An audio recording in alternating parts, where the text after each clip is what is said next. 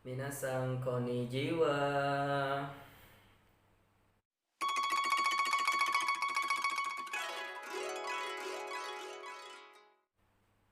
Baik teman-teman semua, pada kesempatan ini kembali lagi ke my YouTube channel Last Word As Before It. Don't forget subscribe please, oke?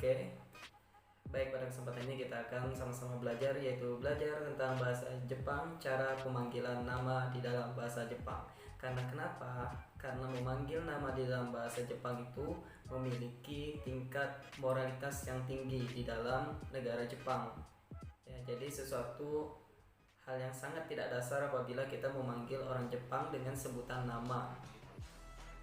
Nah, maka dari itu di negara Jepang itu memiliki yang mana setiap orang itu memiliki gelar sesuai dengan posisi mereka masing-masing. Ya. Nah, pada kesempatan ini saya ingin sharing kepada teman-teman semua bagaimana cara penyebutan nama atau cara untuk memanggil orang di dalam bahasa Jepang, orang yang sudah kenal atau orang yang belum kita kenal, bahkan orang yang lebih tua daripada kita atau orang yang di bawah umur kita. Ya. Biasanya kalau kita di Indonesia nggak mungkin dong memanggil kakak kita dengan namanya seperti itu. Pasti kita memanggil dengan kalimat yang sopan, kakak atau abang. Ya. Begitu juga kita memanggil teman kita sendiri dengan namanya sendiri, seperti itu. Nah, tapi di Jepang itu ada panggilan gelar yang dikhususkan kepada baik itu yang lebih tua dari kita, sederajat dengan kita, maupun di bawah umur kita. Nah, teman-teman sekalian, pokoknya jangan kemana-mana, terus ikuti my YouTube channel. Tapi sebelum itu subscribe dulu, kemudian nanti silahkan komentar di bawah ini di kolom komentar, kemudian jangan lupa like, subscribe, dan share ya, karena jangan mau pintar sendiri, oke?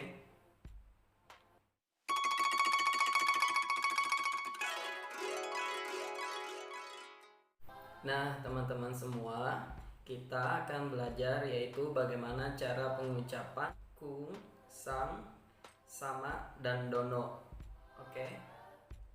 Nanti kita akan belajar fungsi untuk semua ini seperti apa dan kepada siapa yang cocok untuk kita panggil untuk menggelarinya. Oke.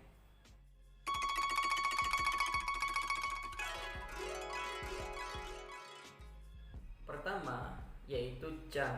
Nah, apa itu chan dan bagaimana cara penggunaannya?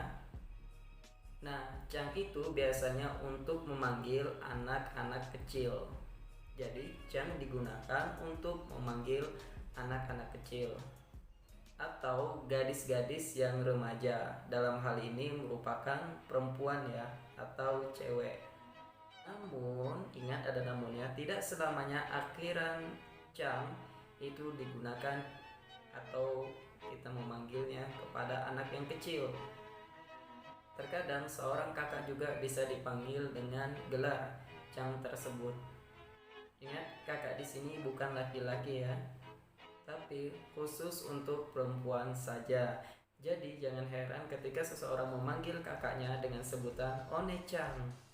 Lalu pertanyaannya, apakah kata bentuk chan hanya dikhususkan kepada perempuan saja? Ya, tentu tidak. Panggilan ini juga biasa digunakan untuk orang-orang terdekat atau orang yang dekat sama kita, seperti teman, sahabat, atau pacar. Jadi meskipun itu bisa dipanggil chan kalau dekat sama kita.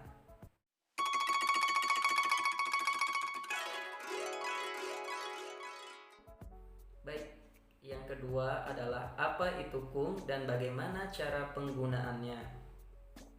Nah, panggilan kung ini biasanya digunakan untuk memanggil anak laki-laki.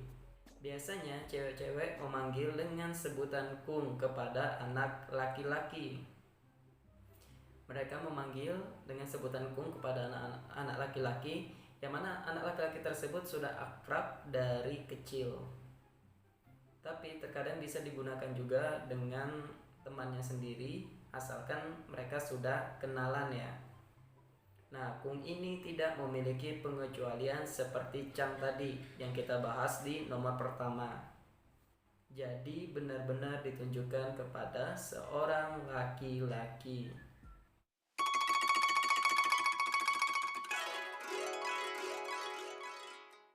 Baik, yang ketiga, apa itu sang dan bagaimana cara penggunaannya? Nah, panggilan sang merupakan panggilan yang sifatnya universal, artinya adalah umum.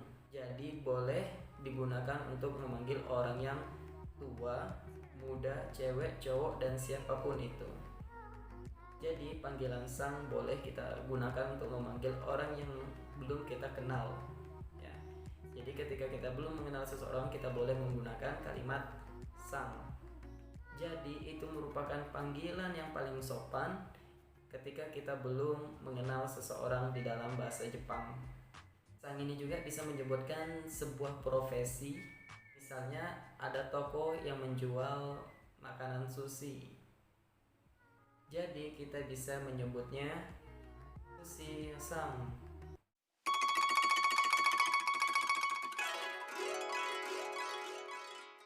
Nah, kemudian adalah yang keempat, yaitu sama. Apa itu sama dan bagaimana cara penggunaannya?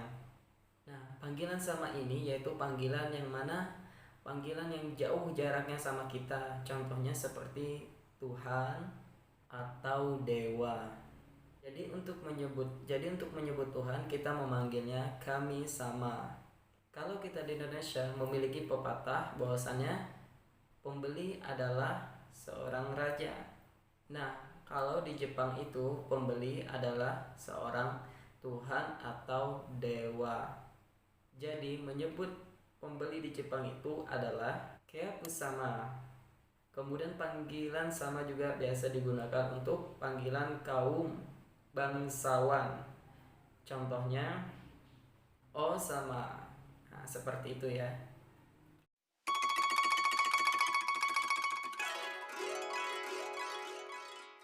Kemudian yang kelima adalah dono. Nah, apa itu dono dan bagaimana cara penggunaannya? Dono ini merupakan sebuah gelar kehormatan di dalam Jepang ya. Biasanya panggilan dono ini digunakan oleh para samurai untuk memanggil tuan tanah mereka setempat di dalam mereka bekerja atau tempat tinggal mereka. Contoh, jika teman-teman menonton film anime Samurai X, yaitu ketika Kenshin memanggil Kaoru dengan sebutan Kaoru Dono, karena tempat tinggal tanah Kaoru adalah tempat ia mengabdi beberapa tahun lalu. Nah, tapi untuk sekarang ini panggilan Dono sudah jarang sekali ya.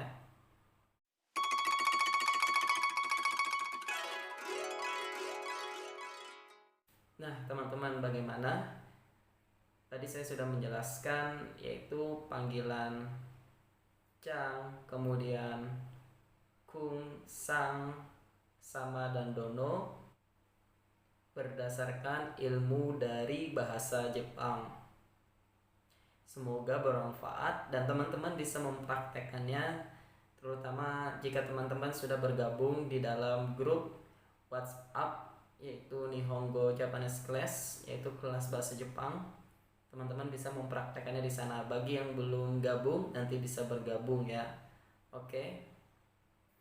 Jadi inti kesimpulannya adalah panggilan sang untuk normal biasanya buat yang baru ketemu atau belum akrab. Nah, sedangkan Chang untuk panggilan anak kecil atau yang sudah akrab. Kemudian Kung panggilan untuk cowok. Sedangkan Sama biasa digunakan untuk panggilan orang yang tinggi jauh dari kita seperti Tuhan atau dewa. Kemudian Dono yaitu digunakan untuk panggilan setingkat di bawah, tapi juga menandakan rasa hormat, lebih mengarah kepada arti tuan. Oke teman-teman, semoga apa yang saya sampaikan bermanfaat dan jangan lupa dukung terus my YouTube channel. Semoga channel ini memberikan manfaat kepada teman-teman semua. Saya mohon maaf apabila ada kesalahan. Oke, baik, saya akhiri. Sayonara, Arigato gozaimasu.